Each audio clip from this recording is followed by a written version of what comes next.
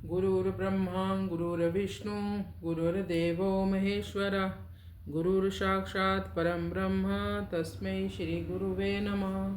आप सभी हरिभक्तों का स्वागत है श्रीमद् भगवद गीता के इस तीसरे अध्याय में। तो चलिए अब हम अगले श्लोक का पाठ करते हैं। देवान् भावयतानेन ते देवा भावयन्तु वः परस्परं भावयन्तः श्रेयः परमवाप्स्यथ। भगवान इस श्लोक में कहते हैं कि क्यों भोगों के प्रति हमें आसक्ति नहीं होनी चाहिए, क्यों देवी देवताओं के प्रति भी हमें कृतज्ञ होना चाहिए।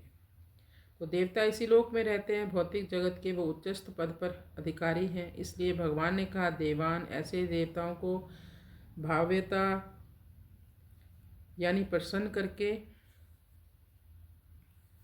अनेन इस यज्ञ के द्वारा यदि सामान्य व्यक्ति अपनी इच्छा पूर्ति के लिए किसी देवता को प्रसन्न करने के लिए यज्ञ करता है तो वो देवता उन लोगों की इच्छा पूर्ण करते हैं, पर सीमित मात्रा में ही फल देते हैं, केवल भौतिक सिद्धि ही देते हैं। तो देवा भावयन्तु वा, देवता उनकी इच्छाओं को पूर्ण करते हैं। परस्परम भावयन्ता, एक दूसरे को प्रसन्न करने के श्रेय परम वाप्स्यथ, प्रजा का कल्याण होगा। लेकिन जो व्यक्ति केवल भगवान की ही पूजा करते हैं उसे किसी अन्य देवी देवताओं की पूजा करने की आवश्यकता नहीं होती।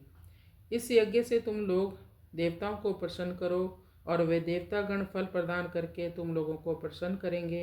इस प्रकार एक दूसरे को प्रसन्न करते हुए सभी की संपन्नता प्राप्त होगी। देवतागण सांसारिक कार्यों के लिए अधिकार प्राप्त प्रशासक हैं। प्रत्येक जीव द्वारा शरीर धारण करने के लिए आवश्यक वायु, प्रकाश, जल तथा अन्य कई प्रकार के वर उन देवताओं के अधिकार में हैं जो श्री भगवान के शरीर के विभिन्न भागों में सहायकों के रूप में स्थित हैं। सारे यज्ञों में भगवान विष्णु को भोक्ता की भांति पूजा जाता है। देवता निमित्त मात्र है। कोई व्यक्ति अगर परम भगवान को छोड़कर केवल देवताओं का ही पूजन करता है तो ये विधि सही नहीं है, क्योंकि मूल तो भगवान ही है। हरे कृष्ण।